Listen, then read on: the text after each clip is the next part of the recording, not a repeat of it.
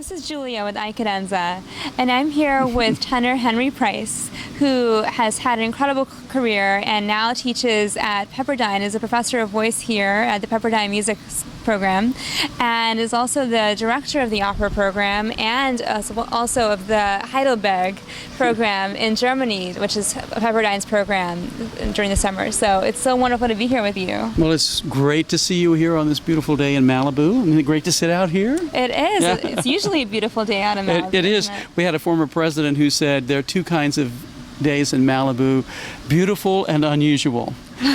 We had some unusual days last week, but now it's back to beautiful. They extended all the way down to Los Angeles as well. Right, so right. We experienced them right. too. Well, I want to talk to you a little bit about your career, which was so incredible, and you did such fantastic things. You did so much work in New York and across the world, really. Can you talk about how you first got started singing? Oh, well, that goes way back before opera even. I'd never heard an opera as a teenager. But I loved to sing. I was a rock and roll singer, jazz singer. Elvis was my inspiration to be a singer. I still love listening to Elvis. That's amazing. You're the second opera singer I've talked to this week that got their start in rock and. Well, yeah, we people who love to sing and we have a gift for getting up in front of people and using our talent, sing the music that is around us first and touches us. And for me, that was the music that I heard on the radio growing up.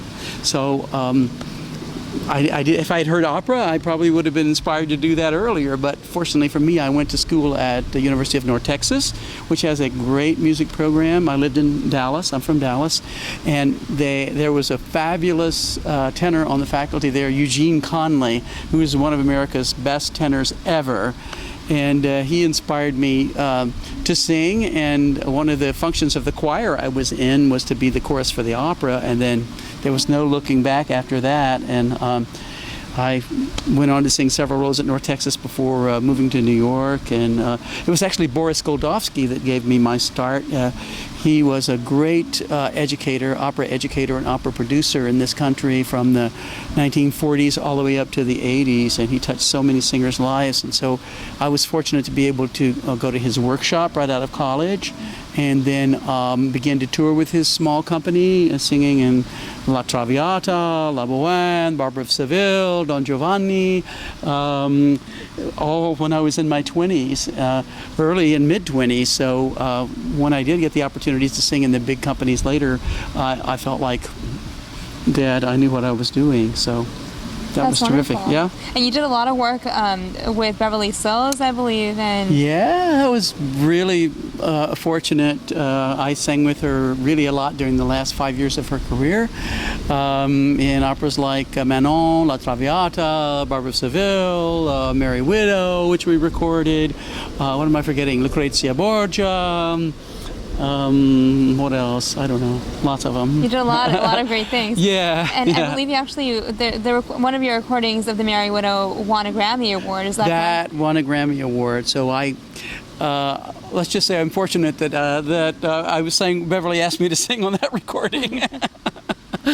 So how did you end up making the transition to teaching from having such an active career? That was interesting too. I was in Europe. I had gone to Europe, and I had fest contracts. In other words, resident contracts to sing as a leading tenor in Mainz and in Linz in Austria. And actually, as is the case with some other colleagues that I know, I ran into some vocal difficulties and I didn't know what was wrong.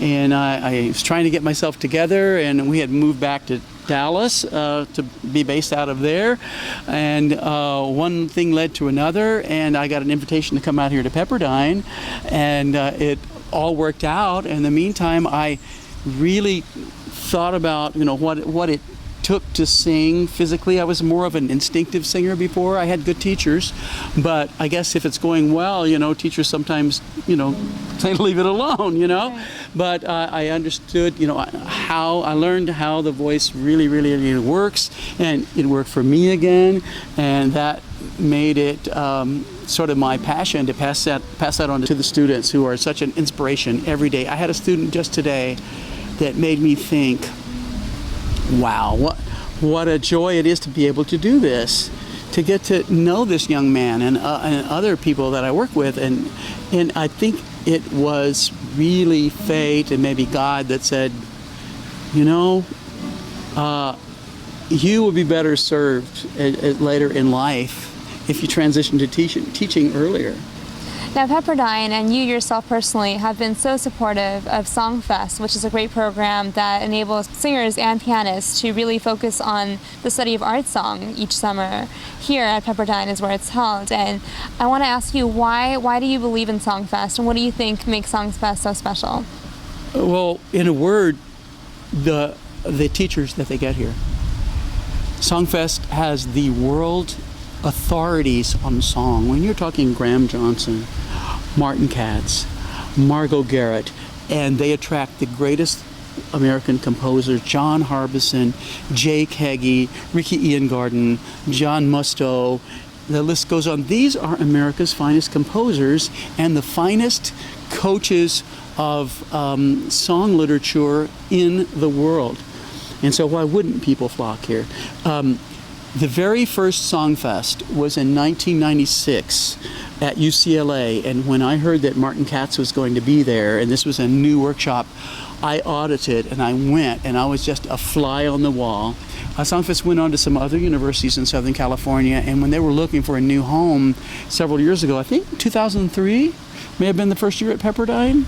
I don't know. Maybe 1 year off, but I think it was 2003 when Rosemary Hyler Ritter talked to me. I said, "You're kidding.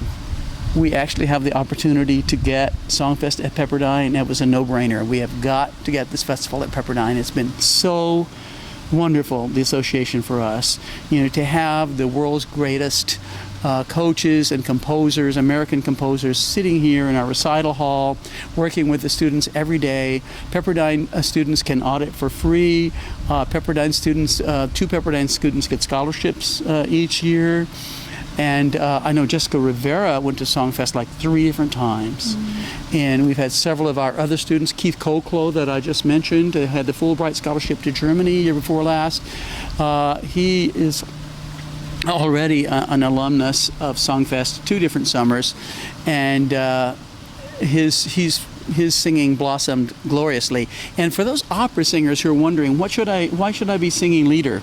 That was my next question. Yeah, was it? Well, let me tell you. What you learn to do with the text and bear communication in each song is so important to your operatic communication. When Jessica was here, she said it turned everything around for her. And you give that same kind of attention to detail when you approach your operatic text. But Graham Johnson will sit and talk about Schubert and his life and what led up to this point, and the poet's life and what led to that point, and why they composed the song, and how the text works in a very, very, very special way. You begin to think about the text of your music in an entirely different way. And most all of the wonderful young singers who have come through the SongFest program are opera singers, but they come here to pick the brains of the greatest song coaches, who are also opera coaches. I mean, Martin Katz has played for every great American singer and many of the international singers, for the last 35 years. I saw him as a young pianist accompanying Evelyn Lear and Thomas Stewart when he was in his 20s, and we both were in our 20s in the 1970s. So as far as opera is concerned, there's nothing these people don't know about the operatic literature, but the primary endeavor for SongFest is the song literature, and that's what makes it so unique, and that's what attracts not only the singers and pianists, but the composers here, because the composers can workshop their works. I mean, John Harbison stood right here in our recital hall and said, "I wish," I'm paraphrasing again, "that I had been able to workshop The Great Gatsby the way that I'm now workshopping here some of my other works, because the first time he ever saw The Great Gatsby put together was at the final dress rehearsal at the Met." And so here they're able to take new works, see how they work for singers. The singers are right there working with the great composers, and then they can tweak their compositions a little bit, tweak the way the text works, tweak the way the rhythm works, because it fits better for singers in a certain way. So those are some of the things that happen at this incredible workshop in the summer.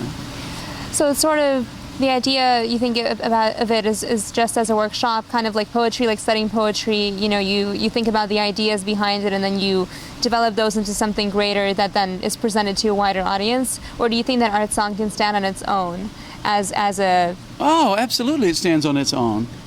I'm just saying that some people say, well, why would you study lieder?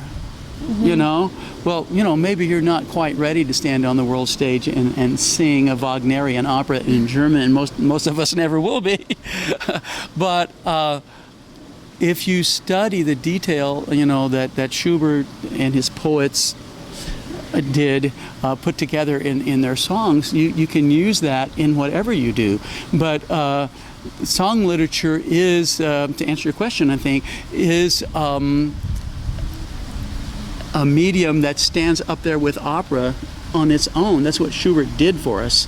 And the Schubert elevated the art song to a major genre, and that is why people like Martin Katz and Graham Johnson have driven all their lives to keep it alive. And I have heard Graham Johnson say that he is so heartened by the SongFest experience that for many years he was depressed, that he thought that Fauré no one would ever understand.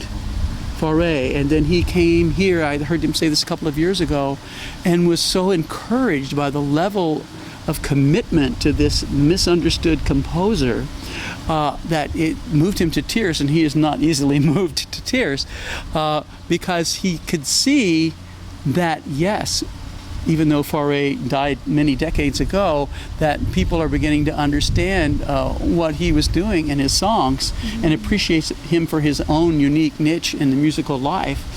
And his songs are now elevated on the recital platform, right there with Schubert and Schumann and all of the other greats of song. So this is the kind of thing that you see happening here at SongFest every summer.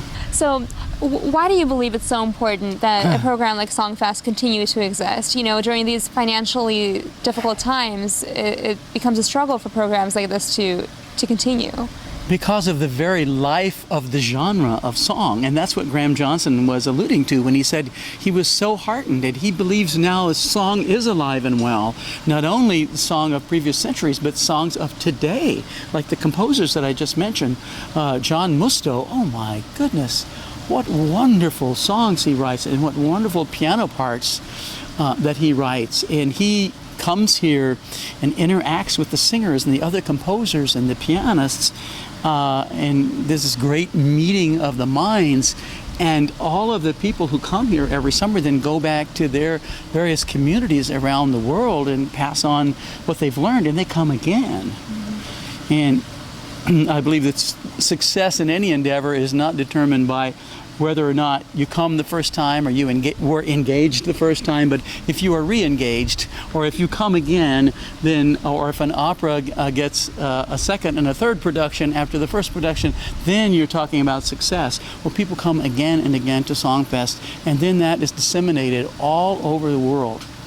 So I think it's been extremely, vitally important even for the art song genre, and this is all really due to Rosemary Hyler Ritter, who has this dream, and in her own way has just said, this has got to happen, and she makes it happen. She does all of the work every year to put this incredibly complicated and fabulous festival together, and it is leaving its mark.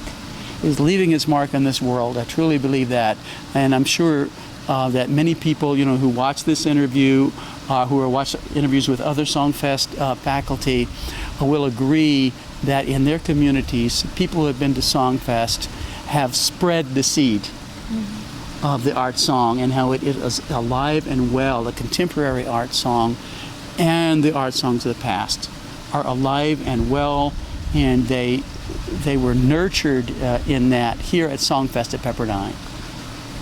Well, thank you so much for your time, and thank you for everything that you're doing for the Well, thank you. For the community. And you can tell that I'm pretty excited about it.